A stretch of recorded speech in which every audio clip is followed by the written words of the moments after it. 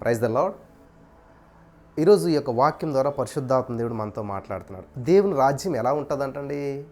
ఇక్కడ చూసినట్లయితే 17వ వచనం, రోమపత్రిక 15వ అధ్యాయం 17వ వచనం, దేవుని రాజ్యము భోజనమును పానమును కాదు కానీ నీతియు సమాధానము పరిశుద్ధాత్మ యందలి ఆనందమునై ఉన్నది. పరిశుద్ధాత్మ యందలి ఆనందం. అసలు పరిశుద్ధాత్మనే నమ్మరు చాలామంది.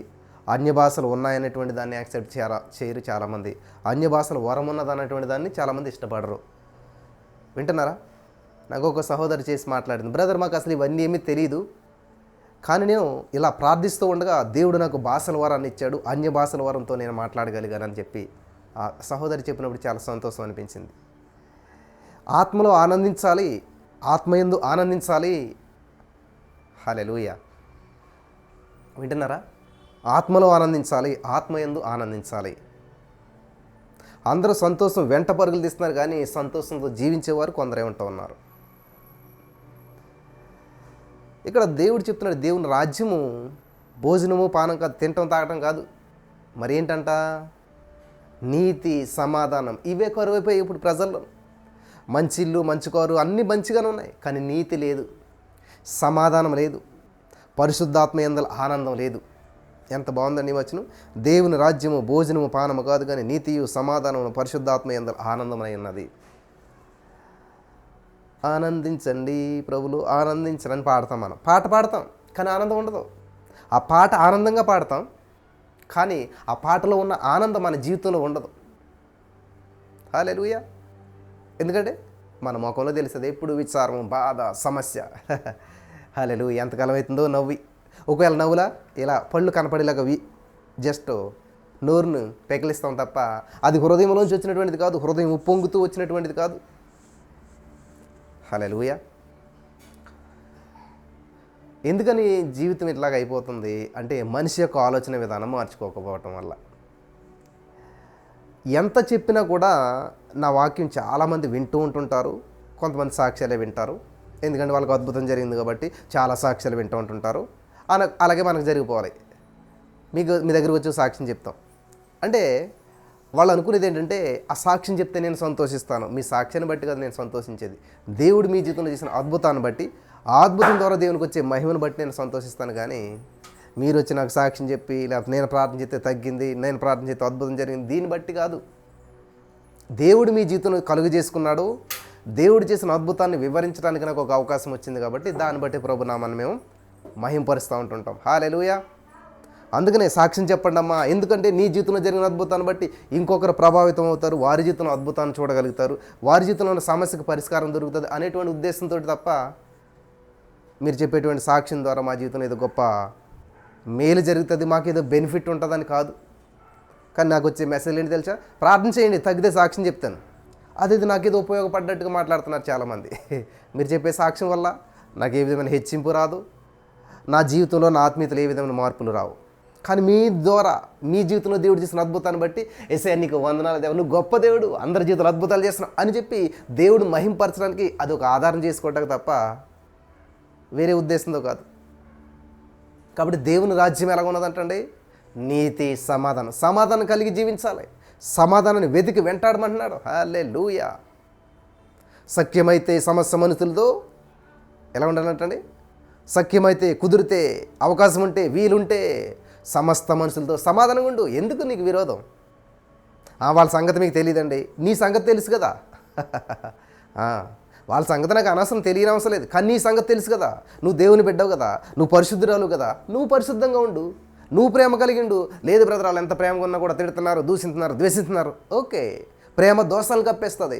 నీ ప్రేమ ఎంత ఉండాలంటే వాళ్ళ దోషాలు కప్పేంత ఉండాలి. హల్లెలూయా. అర్థమవుతుందా? నీ ప్రేమ ఎంత ఉండాలంటే వారి యొక్క దోషాలను కప్పెట్టేసేయాలి, లేవనేకూడదు, పైకి రానికూడదు. వాళ్ళ ద్వేషము, అసూయ కప్పిపడేయాలన్నమాట. ఇలాగ ఆలోచించాం మనం. ఎంతకాలం సహిస్తాము, ఎంతకాలం ప్రేమిస్తాము? వాళ్ళని బట్టి ప్రేమించమని అనట్లేదు ఇక్కడ దేవుని వాక్యం. శత్రువుని ప్రేమించమన్నాడు. ఎలాగా? దేవుని వాక్యాన్ని ఆధారం చేసుకోవాలి. ఆయనకు ఒక భార్య ఉంది, ఆయన చాలా అందమైన వ్యక్తి. ఆయన ఒక ఆమెను భార్యగా చేసుకున్నాడు. ఆమె చూస్తే జీవితం చాలా వ్యర్థమైనటువంటి జీవితం జీవిస్తూ ఉంది.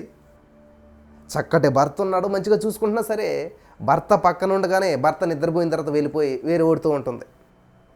ఇది తెలుసుకున్నటువంటి తర్వాత అతను ఏం చేశాడంటే, మెలుకొత్తే భార్య లేదు, ఎక్కడుందని ఎత్తుకుంటే వీధిలో ఎవరి దగ్గర ఉన్నది. వెంటనే వెళ్ళి చూస్తే ఆమె డబ్బు గమ్ముడైపోయింది. ఎంత డబ్బు గమ్ముడైందో అంత డబ్బు చెల్లించి మళ్ళీ ఆమె తెచ్చుకున్నాడు. అసలు ఏం మనసు? ఎవరైనా ఏం చేస్తాం, నరికి పడేస్తారు కదా, ఇద్దరిని కలిపి చంపి పడేస్తారు. అది లోకంలో జరిగేది.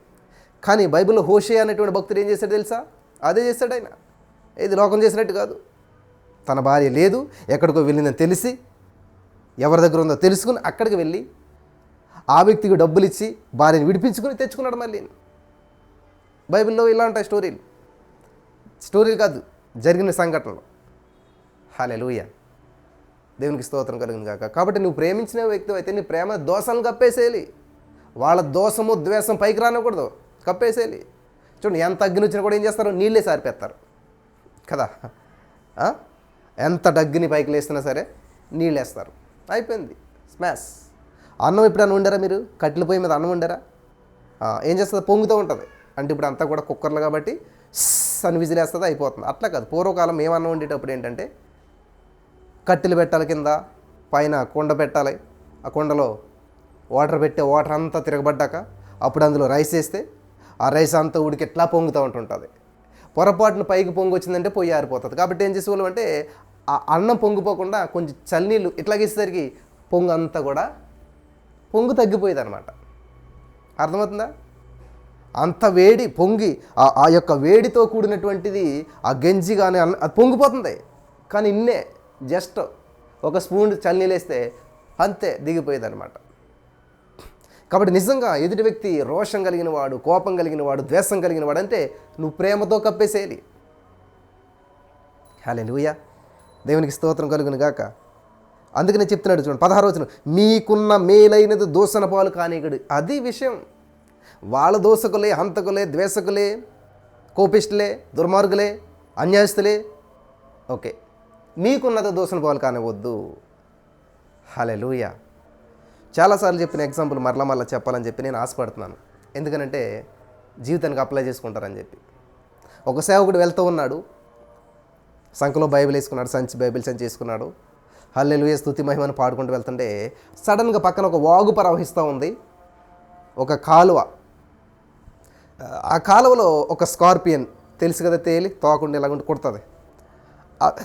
ఆ ప్రవాహంలో తేలి కొట్టుకుని వెళ్ళిపోతుంది. అది చూసిన సేవకుడు, అయ్యో, ఎవరంటండి?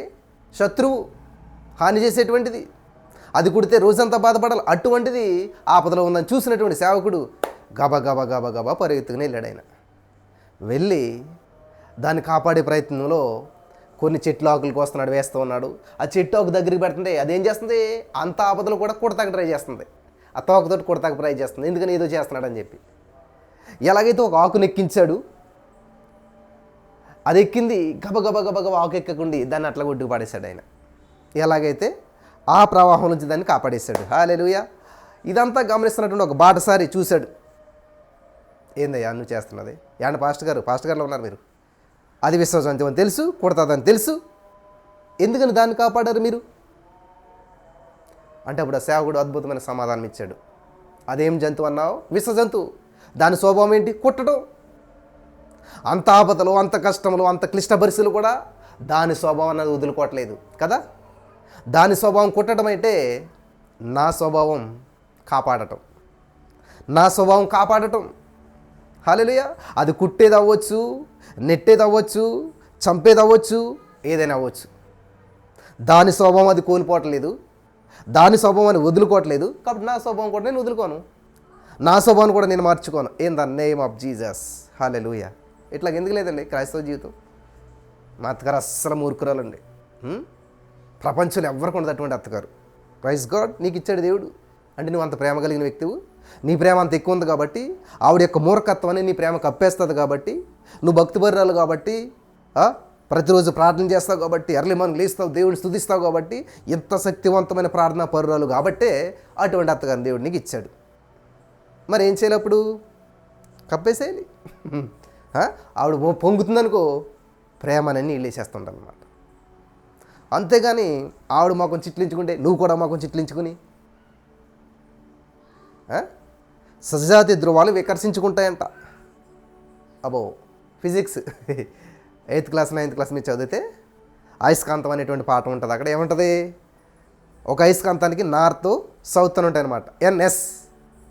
కాబట్టి 2 ఎన్నెలు పట్టుకొచ్చి దగ్గర పెడితే వికర్షించుకుంటాయి అనమాట. నో, అప్పుడు ఏం చేయాలి, ఇది ఎన్ ఇది ఎస్, ఈ 2 ఆపోజిట్లో పెడితే అతుక్కుపోతాయి అంటండి. కాబట్టి అవతల వాళ్ళు ద్వేషించేవాళ్ళు అయితే నువ్వు ప్రేమించేవాడు వాళ్ళు అతుక్కుపోతాయి 2. ఫిజిక్స్ ప్రకారం, స్పిరిచువల్ ప్రకారం, ఆత్మీయత ప్రకారం అతుక్కుపోతాయి 2. అందుకని వాళ్ళు ఉద్దేశించిన నువ్వు ఉద్దేశింతే ద్వేషం దేశం కలవంట. ద్వేషం దేశం కొట్లాడుకుంటాయి అన్నమాట. అందుకే పెద్దలు ఒక మాట అంటారు, ఏంటంట, ఒక కొప్పు కింద 2 కొప్పులు ఉండలేవంట.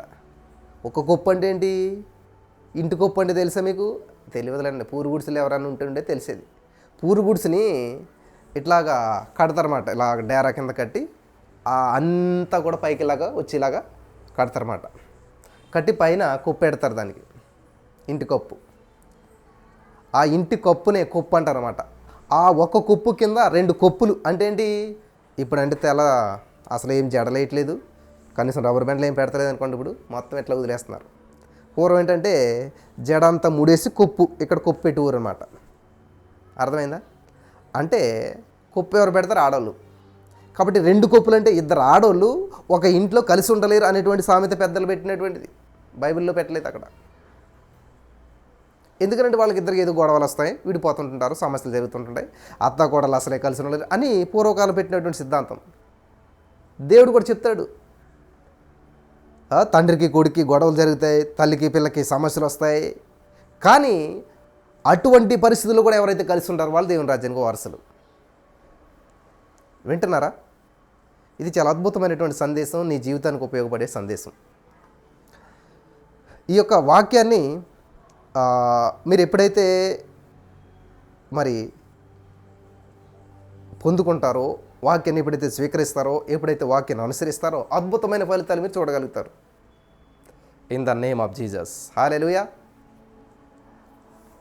కాబట్టి ఈ రోజున దేవుడు చెప్తున్న మాట ఏంటంటే, మీకున్న మేలైనది దూషణ పాలు కానీకుడి. మీకు మంచి క్యారెక్టర్ ఉంది కదా, మీరు మంచోళ్ళు కదా, మీకు తెలుసు నేను చాలా మంచిదాన్ని, మా అత్తగారు చెడ్డది, ఓకే దానికే వచ్చేద్దాం మనం. నేను చాలా మంచోడు, నా బాస్ చాలా చెడ్డోడు, ఓకే. నేను చాలా మంచిదని, మా ఆయన చాలా చెడ్డోడు, ఓకే. మీరు అన్నది కరెక్ట్, ఒప్పేసుకుందాం. అయితే మరి ఏం చేయాలంట, మీకున్న మేలైనది దూషణ పాలు కానివద్దు.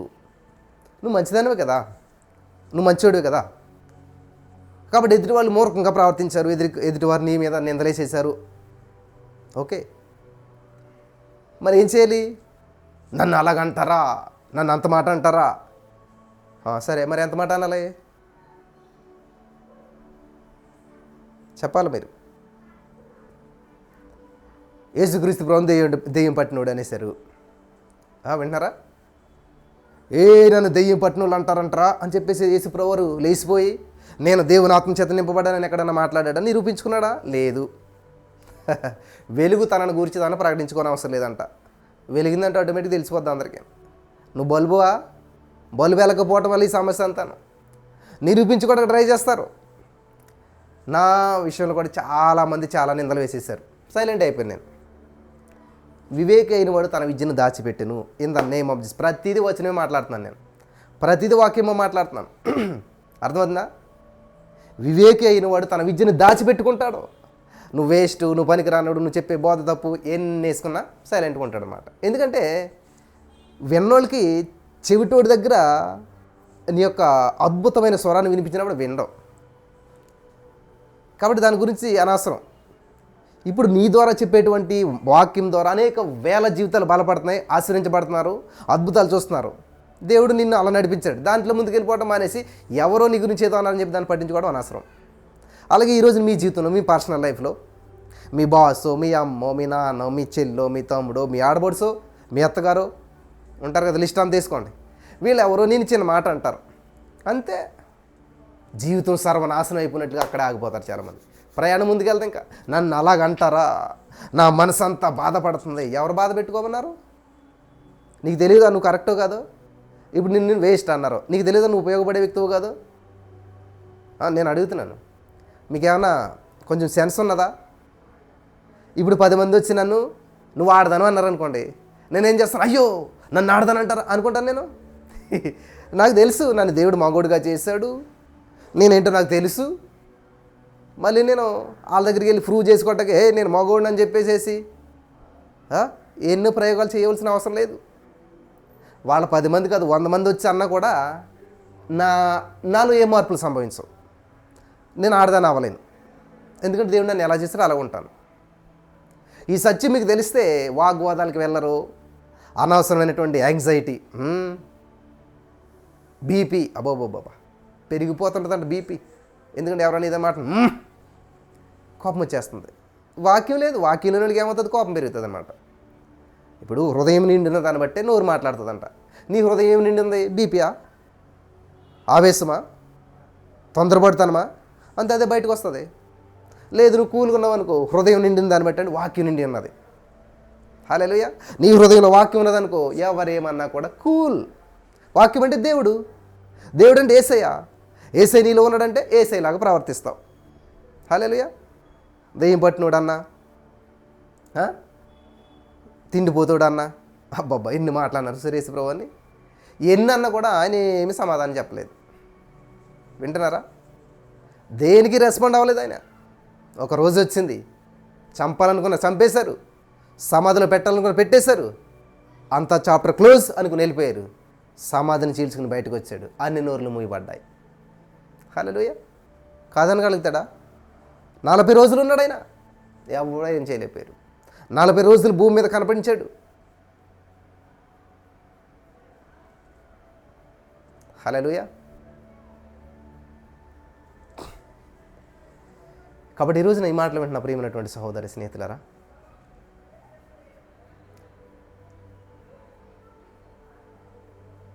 క్రైస్తవులమని చెప్పుకుంటూ వాక్యం లేకుండా, వాక్యానుసారంగా జీవితం లేకుండా, జీవితంలో చిన్న సమస్య వచ్చినా కూడా పెద్ద గందరగోళం అయిపోయి ఊరందరికీ ఫోన్ చేసి నా కోసం ప్రార్థన చేయండి, నా కోసం ప్రార్థన చేయండి, నేను చాలా సమస్యలో ఉన్నాను, చాలా ఇబ్బందుల్లో ఉన్నాను.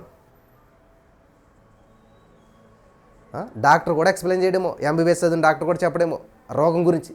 ఎంత నీట్గా చెప్తారో నాకు అసలు నాకేం అర్థమవుతుంది, అర్థం కాదైనా కూడా. నేను అంటాను వద్దంటాను, లేదు లేదు వినాల్సిందే మీరు. అంటే చిన్నతనం నుంచి అలా అలవాటు అయిపోయింది అనమాట. వీళ్ళ సమస్య అంతా పాస్టర్ గారు చెప్పేస్తే అయిపోయింది అనుకుంటారు చాలామంది. సమస్య కాదు, నువ్వు చెప్పింది పాస్టర్ గారు వింటే అయిపోతుంది నీ సమస్య. పాస్టర్ గారు చెప్పింది నువ్వు వింటే నీ సమస్య పరిష్కరించబడుతుంది. In the name of Jesus. ఆ వెలిగింపు దేవుడు ఇచ్చింది కాక. అర్థమవుతుందా?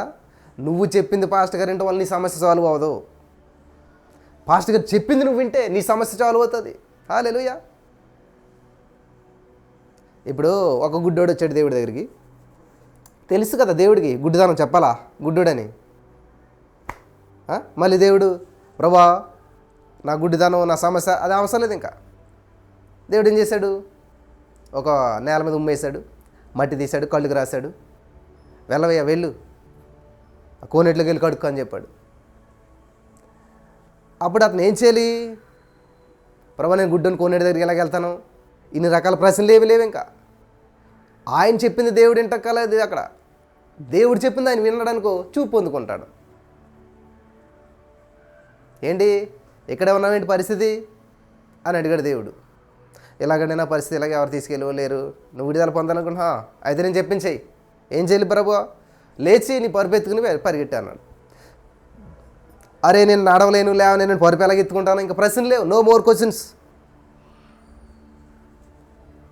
ఈ సత్యం తెలుసుకుంటే మీ జీవితాలు బాగుపడిపోతాయి. బ్రదర్లు అప్పులో ఉన్నా నేనేం చేయాలి? సమస్యలో ఇది కాదు, వాక్యం వినండి. ప్రతి వాక్యంలో నీ ప్రశ్నకు సమాధానం ఉంటుంది. ప్రతి వాక్యంలో నీ జీవితానికి కావాల్సినటువంటి సొల్యూషన్ ఉంటుంది. వాక్యం వినరు కదా, సాక్ష్యం వింటారు.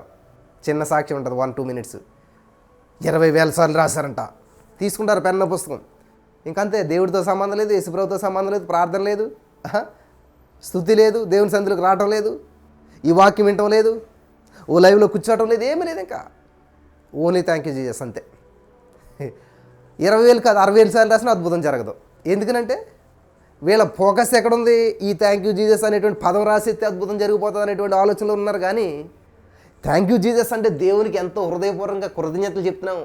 థ్యాంక్ యూ జీసస్, వందనాలేసి అని నీ దృష్టి దేవుని మీద ఉంటున్నప్పుడు మాత్రమే కార్యం చెప్తాం. కానీ thank you Jesus, thank you sir 2 4 అన్నట్టు ఏదో రాసుకుంటూ వెళ్ళిపోతే అద్భుతం జరుగుతుందా? జరగట్లేదు కదా. ఇప్పుడు కొన్ని వేల మంది వింటూ ఉన్నారు సాక్ష్యాలు, కొన్ని వందల లోపులోనే సాక్ష్యాలు చెప్తూ ఉన్నారు. విన్న వాళ్ళందరూ సాక్ష్యం చెప్తున్నారా? విన్న వాళ్ళందరూ అద్భుతాలు జరుగుతున్నాయా? లేదు. ఎందుకనంటే దాన్ని ఎలా తీసుకుంటారు? ఈ విధంగా తీసుకుంటారు. ఏది రాసేస్తే అయిపోతుందంట, మేము కూడా రాసేస్తాం.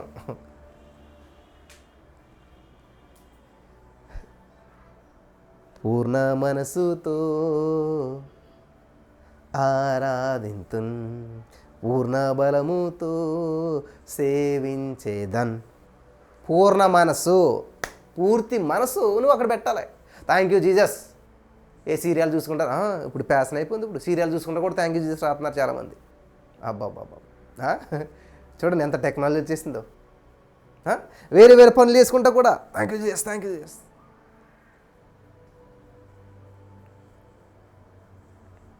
కాబట్టి ఈ రోజున నీ జీవితం ఆశీర్వదించబడాలి, ఆశీర్వాదాన్ని స్వతంత్రించుకోవాలి, అనేక మందికి ఆశీర్వాదకరంగా ఉండాలంటే దేవుని వాక్యాన్ని వింటూ వింటూ వింటూ ఉండాలి ప్రతిరోజు.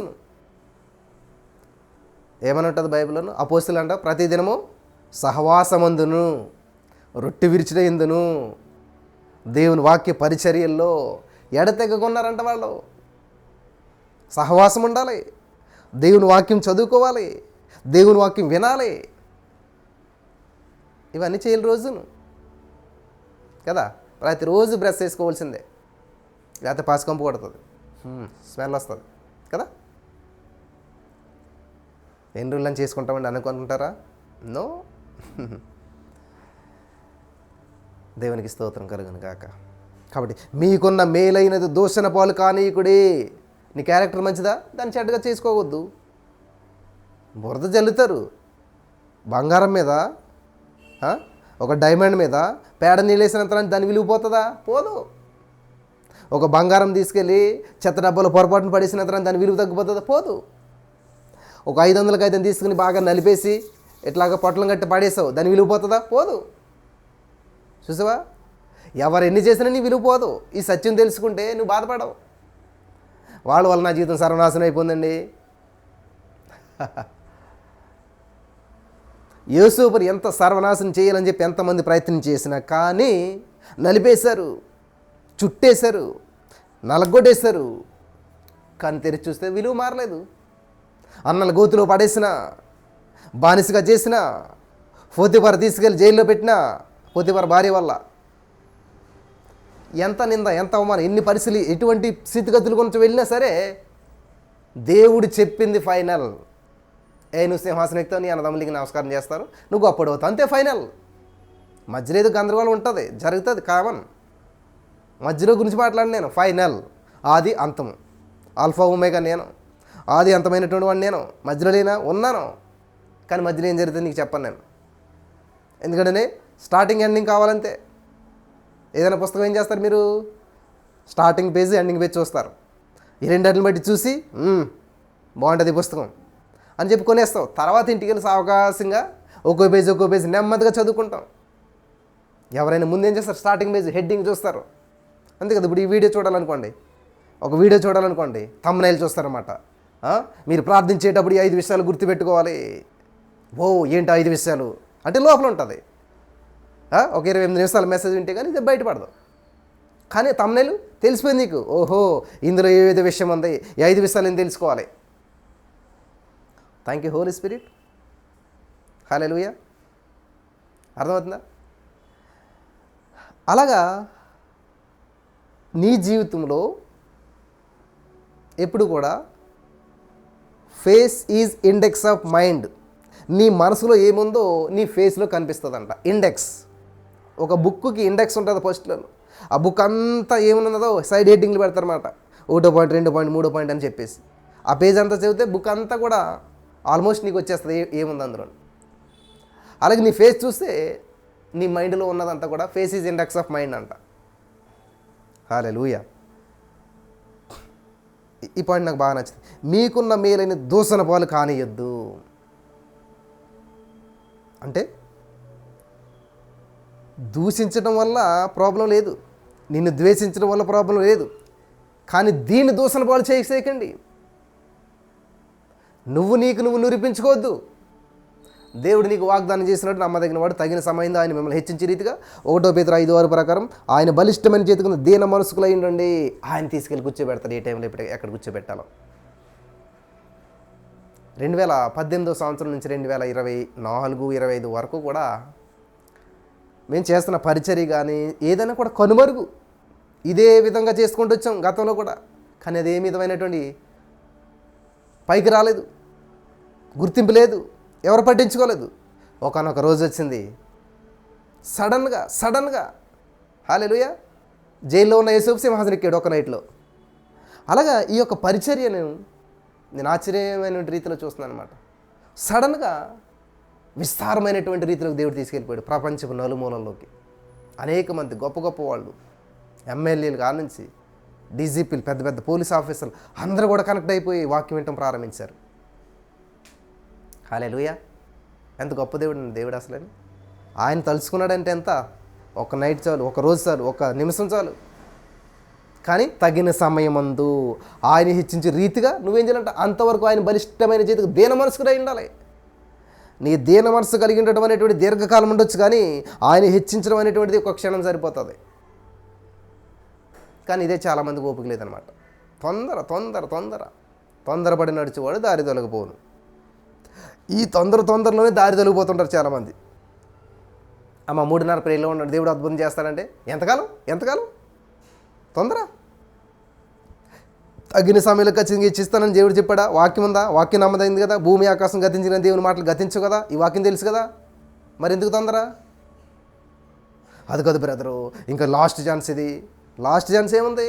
అవసరమైతే నీ యొక్క ఉద్యోగాన్ని ఎక్స్టెండ్ చేస్తాడు, అవసరమైతే నీ వయసుని ఎక్స్టెండ్ చేస్తాడు, 40 కాకపోతే 45 చేస్తాడు, ఈ నోటిఫికేషన్ కాకపోతే ఇంకో నోటిఫికేషన్ ఇస్తాడు.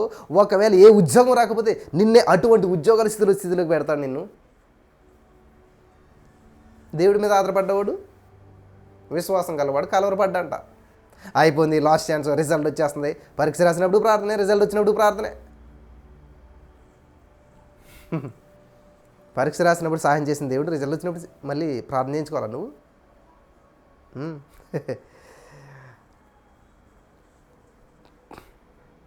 చూసారా ఎలా ఉందో?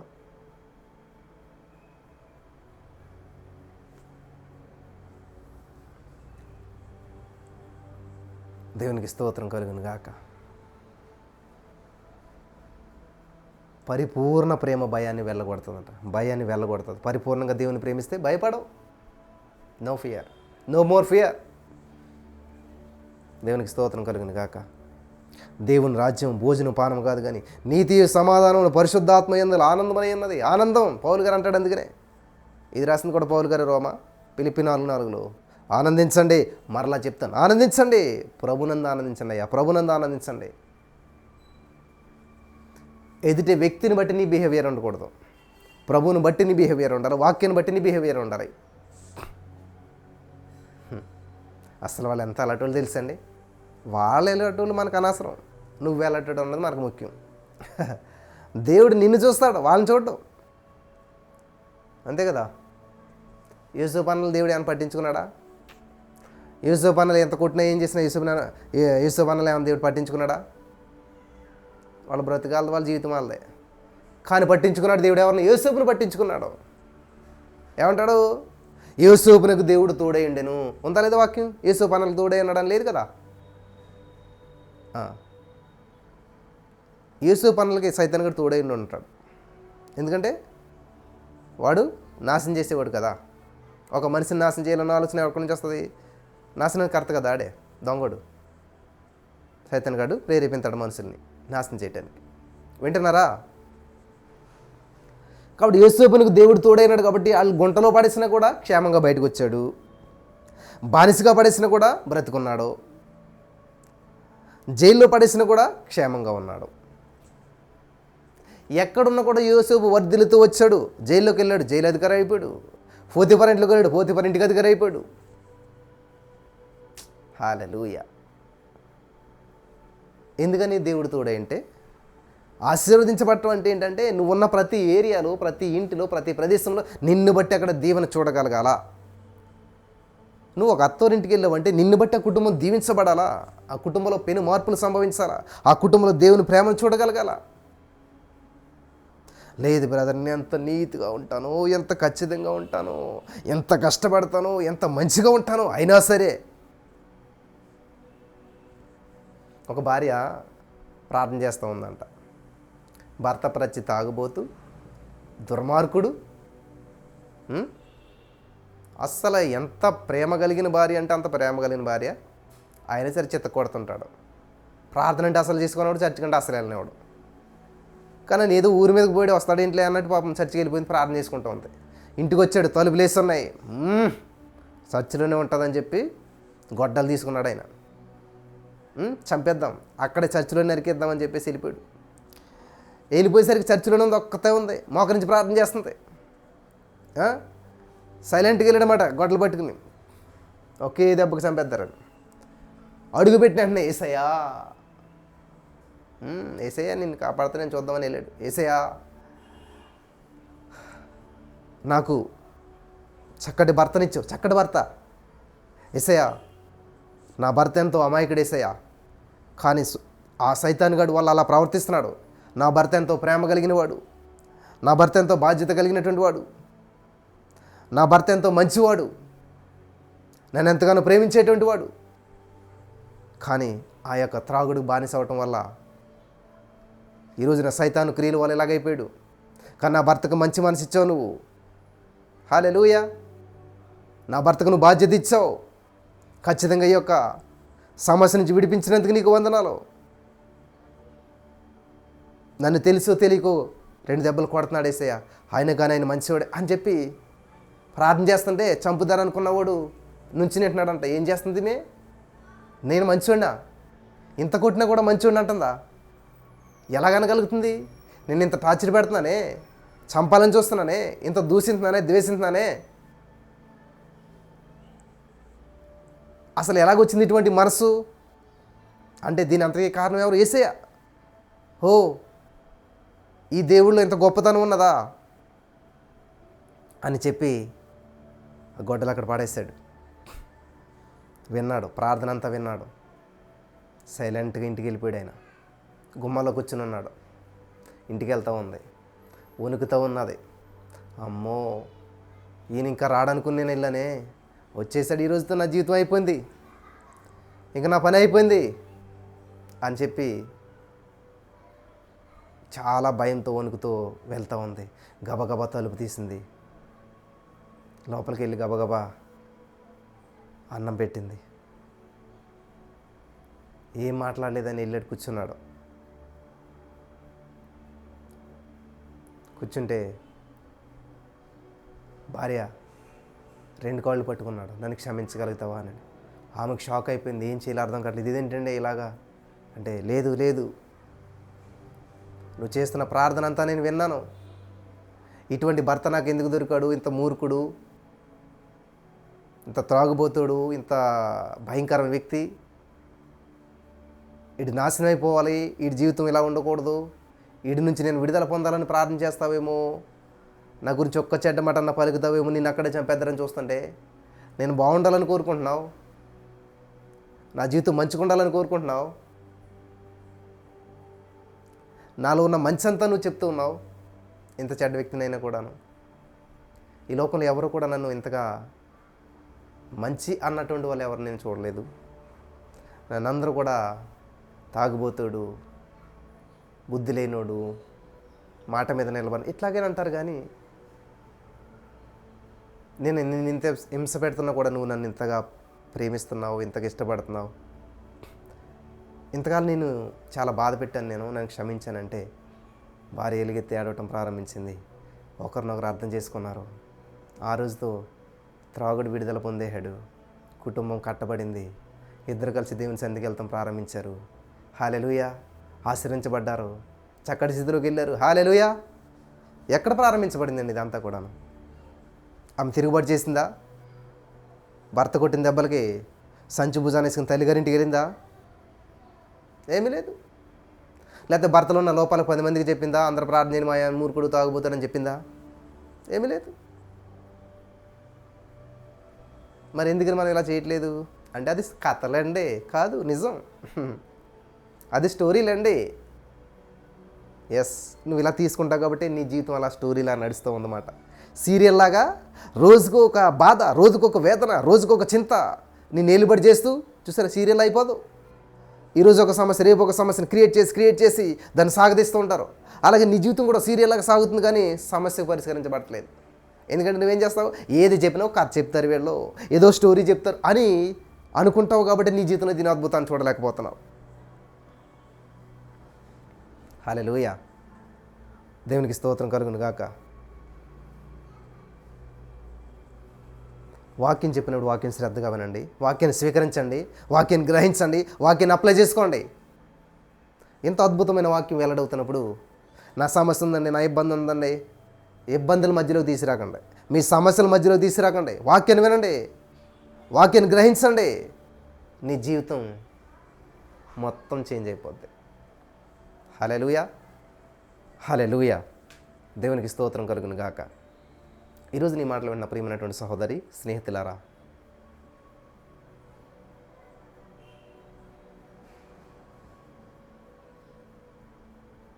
ఏదో విన్నామన్నట్టుగా వింటున్నారా వాక్యం? ప్రభావితం కలిగినటువంటి జీవితాలు జీవిద్దాం, 10 మందికి ఉపయోగపడే జీవితాలు జీవిద్దాం, పౌరుషం కలిగిన జీవితం జీవిద్దాం. బైబిల్లో ఉన్న వాక్యాన్ని మనం స్వీకరిద్దాం, గ్రహిద్దాం, దాన్ని జీవితానికి అప్లై చేద్దాం. అప్పుడు అద్భుతాలు చూడగలుగుతాం. Hallelujah, thank you Jesus, Holy Spirit of God. కాబట్టి ఈరోజు నీ మాటలు వింటున్నటువంటి మీతో దేవుడు, పరిశుద్ధాత్మ దేవుడు మాట్లాడుతున్నాడు. మీకున్న మేలైనది దూషణ పోలు కానివ్వకుండా చూసుకోండి. దేవుని రాజ్యము నీతి సమాధానం. అందుకే దేవుడు చెప్తున్నాడు, మొదట ఆయన నీతిని రాజ్యాన్ని వెతకమంటూ ఉన్నాడు. ఆయన రాజ్యం సమాధానకరమైన రాజ్యం. పరిశుద్ధాత్మ యందల ఆనందం. ఆనందించండి, సంతోషంగా ఉండండి. ఇప్పుడు సమస్యల గురించి మాట్లాడకండి, సమస్యల గురించి చెప్పకండి, సమస్యల గురించి ఆలోచించకండి. హల్లెలూయా. సమస్యలు అనేటువంటి ఒక చెట్లు లాంటివి అనమాట. వాటికి నీరు పోస్తూ ఉంటే పెరుగుతూ ఉంటాయి. ఆ సమస్యలు అనే మొక్కలు మీరు పట్టించుకోకుండా ఉంటే ఎండిపోతాయి, చచ్చిపోతాయి. సమస్యలను చంపేద్దాం, నీరు పోసి పోషించొద్దు, పెంచొద్దు, వాటికి కొమ్మలేనివ్వకండి, వాటిని శాఖోపశాఖలుగా విస్తరింపచేయకండి, వాటి గురించి మాట్లాడకండి. ఎవరితో మాట్లాడ నీకున్న సమస్యలని చెప్పొద్దు. ఏ సమస్య లేదని చెప్పు, ఆ రోజు నీ సమస్య సమాధి చేయబడుతుంది. హల్లెలూయా.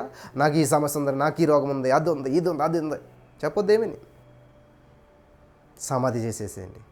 సమస్యల గురించి ఏ సేవకుడు కూడా నీ సమస్య చెప్పొద్దు. మన యాజకుడు, మన సేవకుడు యేసయ్య ఉన్నాడు కాబట్టి నువ్వు ఆయనకు కూడా నీ సమస్య చెప్పవసరం లేదు. హల్లెలూయా. మోకరించి ప్రార్థన చేయి.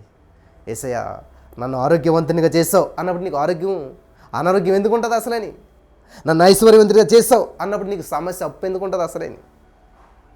యేసయ్య నన్ను గొప్పవాడిగా చేసావు అన్నప్పుడు నీ జీవితంలో నింద అవమానం ఎందుకు ఉంటుంది అసలేని? అయిపోయింది కదా.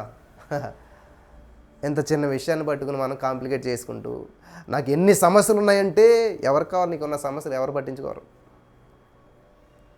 విన్నట్టు వింటారేమో కానీ నువ్వు చెప్తుంటేనే ఉపయోగం లేదు, టైం వేస్ట్. కాబట్టి నాకు అందరూ ఫోన్ చేసినప్పుడు చెప్తుంటారు అనమాట, అమ్మ టైం వేస్ట్ కదమ్మా, ఎందుకమ్మ ఇది అంతాను? నువ్వు చెప్పింది ఏంటంటే వల్ల నాకు కూడా నీరసం అవుతుంది, కాబట్టి నేను చెప్పింది నువ్వు వింటే నీకు బలం వస్తుంది. హల్లెలూయా. నేను చెప్పింది నువ్వు వింటే నువ్వు బలపరచబడతావు, దీవించబడతావు, నీ దీవెన స్వతంత్రించుకుంటావు, నువ్వు ఆరోగ్యం పొందుకుంటావు, నువ్వు అభివృద్ధి చెందుతావు, నీ సమస్య నుంచి బయటపడతావు కదా. కాబట్టి నీ సమస్యలకు నన్ను లాగాలని చూడొద్దు, నేనున్న సమాధానంలోకి నువ్వు రావాలని నేను ఆశిస్తూ ఉన్నాను. In the name of Jesus. Hallelujah. అయిపోయిందా? ఇంకెవరితో చెప్పరు కదా, అయ్యా నాకు ఈ సమస్య ఉంది ఇంకా అనరు కదా. నాకు నా యేసయ్య ఉన్నాడు, నాకు సమాధానకర్త ఉన్నాడు, నా ప్రతి సమస్య నుంచి విడిపించేశాడు. In the name of Jesus. ఈ యొక్క యాటిట్యూడ్లోకి, ఈ యొక్క పద్ధతిలోకి, ఈ యొక్క లైన్లోకి మీరు అంతా రావాలని నేను ఆశిస్తున్నాను. పరిశుద్ధాత్మ దేవుడు మిమ్మల్ని నడిపించి బలపరిచి ఇటువంటి రీతిలోకి సహాయం చేసి మరి వెలిగింపునిచ్చును గాక. ఆమేన్.